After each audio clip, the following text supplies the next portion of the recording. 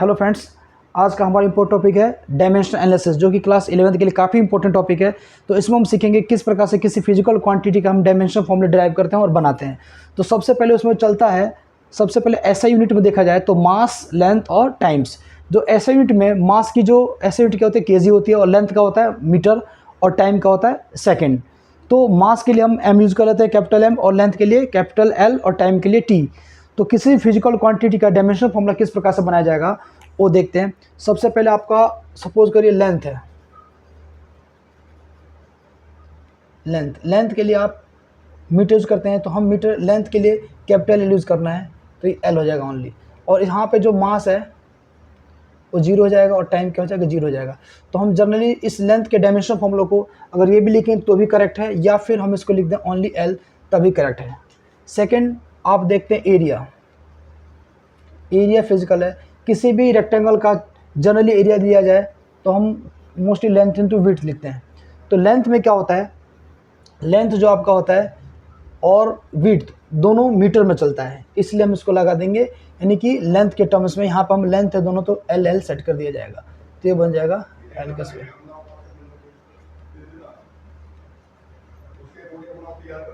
Volume के लिए हम करेंगे L into B into H करेंगे आप। तो यहाँ पे भी लेंथ है, ये भी विड्थ भी लेंथ है, और हाइट भी लेंथ है, तो इसकी जगह हम एल सेट कर देंगे। यहाँ पे भी एल आ जाएगा, और यहाँ पे भी आपका एल आ जाएगा, ये हो जाएगा आपका एल का क्यूब।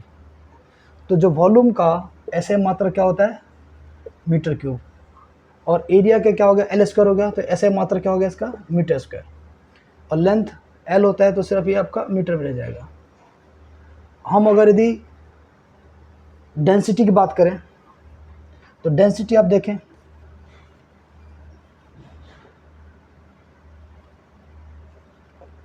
जो डेंसिटी होता है मास पर यूनिट वॉल्यूम, ये इसका फॉर्मूला होता है। तो आप यहाँ पे देखें मास, जो मास है, मास कितना होता है केजी में, तो हम मास के लिए क्या यूज़ करेंगे, एम। वॉल्यूम, ये वॉल्यूम आपने निकाला हुआ है, वो एल क्यूब होता है, तो वॉल्यूम का डायमेंशन फॉर्मूला आप यहाँ पे सेट कर दें, ये एल क्यूब हो जाएगा। ये चीज़ ऊपर जाएगी तो एम एल की पावर -3, ये भी इसका डायमेंशन करेक्ट है। या फिर आप इसको लिख सकते हैं एम एल का क्यूब और टी की पावर 0। इस प्रकार से ये आपका डेंसिटी का डायमेंशन फॉर्मूला होता है। ये आपका डेंसिटी का निकल गया। ये आप जहाँ तक समझता हूँ, ये आप लोग के बेसिक जो कॉन्सेप्ट जो क्लियर हो चुके हैं, और आगे मैं अगला बताता हूँ।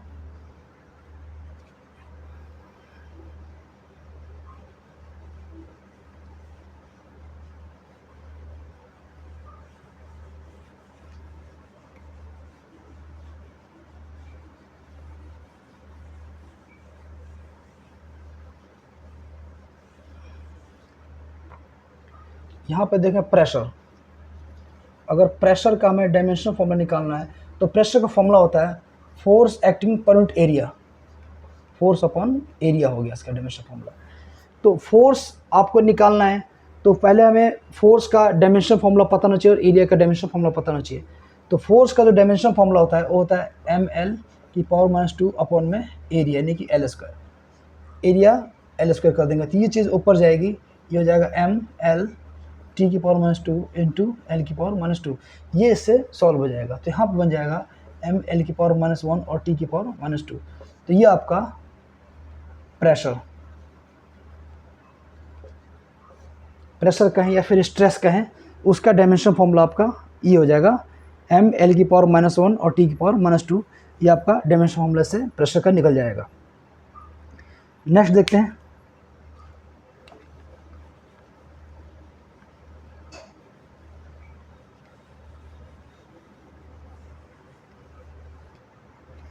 अब आपका देखिए वेलोसिटी, जो वेलोसिटी है,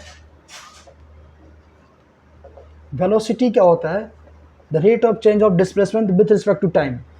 तो डिस्प्लेसमेंट अपॉन में आपका टाइम होता है।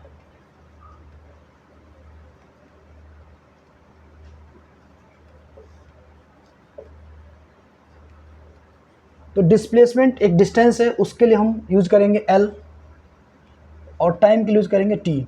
तो ये चीज़ सॉल्व होकर ऊपर आएगी एल टी -1, यानी कि वेलोसिटी का डायमेंशन फॉर्मूला आप लोग का ये हो गया। अगर आपसे पूछा जाए एक्सेलरेशन का निकालें,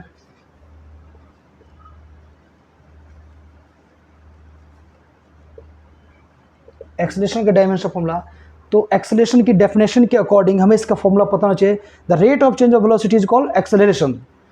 तो एक्सेलरेशन जो बन जाएगा आपका वेलोसिटी अपॉन में आपका हो जाएगा टाइम। तो वेलोसिटी, अब यहाँ पे एक्सेलरेशन का हमें डायमेंशन फॉर्मूला कैलकुलेट करना है, तो यहाँ पे वेलोसिटी अपॉन में टाइम है। वेलोसिटी का ऑलरेडी आपने डायमेंशन फॉर्मूला निकाल रखा है, तो वेलोसिटी के फॉर्मूले के ऊपर आप वेलोसिटी का डायमेंशन सेट कर दें। ये एल टी माइनस 1 है, सॉरी एल टी की पावर -1, ये आपका वेलोसिटी है, और टाइम की जगह आप टी रख देंगे। ये चीज़ ऊपर जब जाएगी तो नेगेटिव हो जाएगा, एल टी -1 इंटू टी की पावर -1। ये चीज़ सॉल्व हो जाएगी आपकी, एल और टी की पावर हो जाएगा -2। ये आपका एक्सेलरेशन हो गया। एक्सेलरेशन की ये आपका डायमेंशन फॉर्मूला बन गया। अगर इसको हम ध्यान से देखें, A is equal to L T की पावर -2 शो कर रहा है। इसी डायमेंशन फॉर्मूले से हम एक्सेलरेशन का ऐसा यूनिट भी हम निकाल सकते हैं अगर चाहें तो आप देखें किस प्रकार से, जैसे कि आपका ये एल होता है, एल को हम मेजर करते हैं किस में, मीटर में, तो यहाँ पर आप लगा देंगे मीटर इंटू टी, यानी कि माइनस का सेकंड स्क्वायर, या फिर इसको लिख सकते हैं एम पर मीटर सेकंड स्क्वायर। तो एक्सेलरेशन का एसआई यूनिट क्या होता है, जो एक्सेलरेशन का जो है, this is your SI unit. SI unit ये बन जाता है आपका मीटर पर सेकंड स्क्वायर। इसी प्रकार से वेलोसिटी का भी निकाल सकते थे। वेलोसिटी में आपका जैसे कि एल टी की पावर -1 बनाते हैं, आप देंगे मीटर पर सेकंड हो जाएगा। यहाँ पर जाएगा एल की जगह आप मीटर रख दें और टाइम की जगह सेकंड, तो मीटर पर सेकंड ये वेलोसिटी का ऐसा यूनिट हो जाएगा। यहाँ तक जहाँ तक मैं सोचता हूँ आप लोगों का क्लियर हो गया। अगला देखते हैं।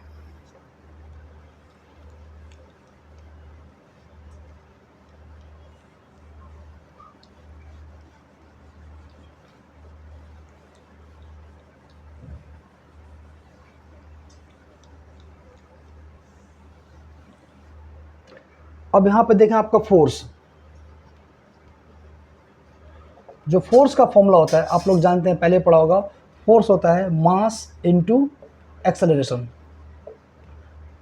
यानी कि शॉर्ट में m इंटू ए हो गया।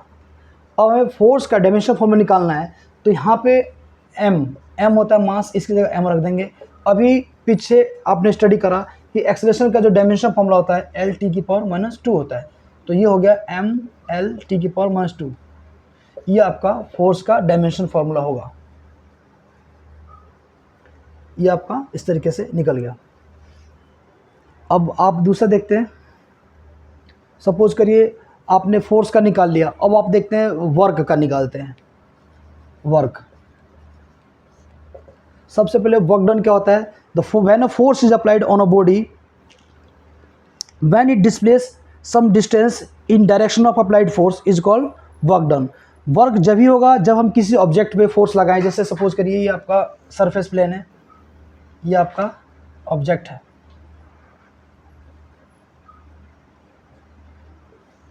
इस पे हमने F न्यूटन का फोर्स लगाया, तो ये ऑब्जेक्ट इस वक्त यहाँ पर है। जब आप इस पर फोर्स अप्लाई करेंगे तो इसकी पोजीशन चेंज होगी। सपोज करो ये पॉइंट था, ये यहाँ से यहाँ पर आ जाता है, ये आपका डिस्प्लेसमेंट हो गया। और ये ऑब्जेक्ट फोर्स अप्लाई करने पे यहाँ तक मूव करके इस पॉइंट तक आ जाता है। तो हम इमेजिन करते हैं कि जस्ट ये इस पॉइंट पर आपका ऑब्जेक्ट आ गया इस केस में, तो ये आपका डिस्प्लेसमेंट हुआ। तो वर्क डन क्या होता है, work is said to be done when a force is applied on a body when it displace some distance in direction of applied force.